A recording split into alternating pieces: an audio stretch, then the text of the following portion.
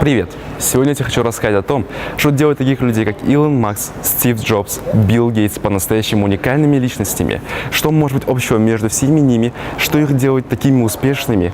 И самой вишенкой на торте станет то, что может быть общего между 20-летними предпринимателями из Казахстана и этими легендарными личностями. Меня зовут Аблайхан Нурымжанов. Погнали!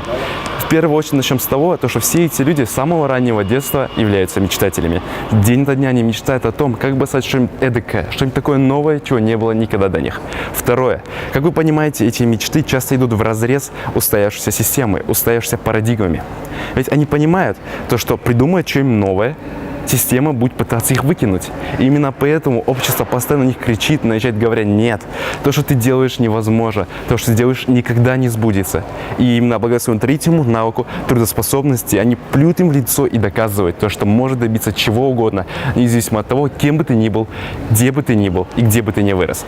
И теперь, что есть общего между ними и мной?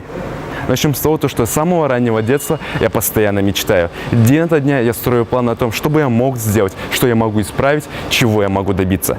Более того, ставя перед собой грандиозные цели, я их добиваюсь. Так в свое время поставил цель поступить в лучшую школу страны, а затем поставил цель поступить в один из лучших университетов страны. Как вы поняли, я добился этого. Более того, я поставил перед собой цель стать частью какого-то грандиозного масштаба, грандиозного события, которое повлияет на человечество. Я стал частью универсиады, я стал частью Экспо, и таким образом стал частью десятка других крупных мероприятий.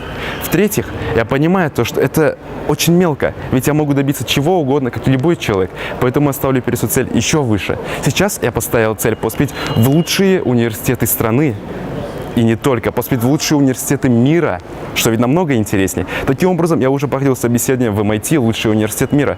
И я верю, что я могу поступить, отучиться и повлиять на ход истории человечества. И знаете что? У меня это получится, ведь я уверен в себе. Ведь я, как и они, чемпион по решению проблем. Меня зовут Аблайхан Нурымжанов. Верьте мне и ответьте всегда на один и тот же вопрос. Живете ли так, как хотите, или так, как придется? Спасибо за внимание.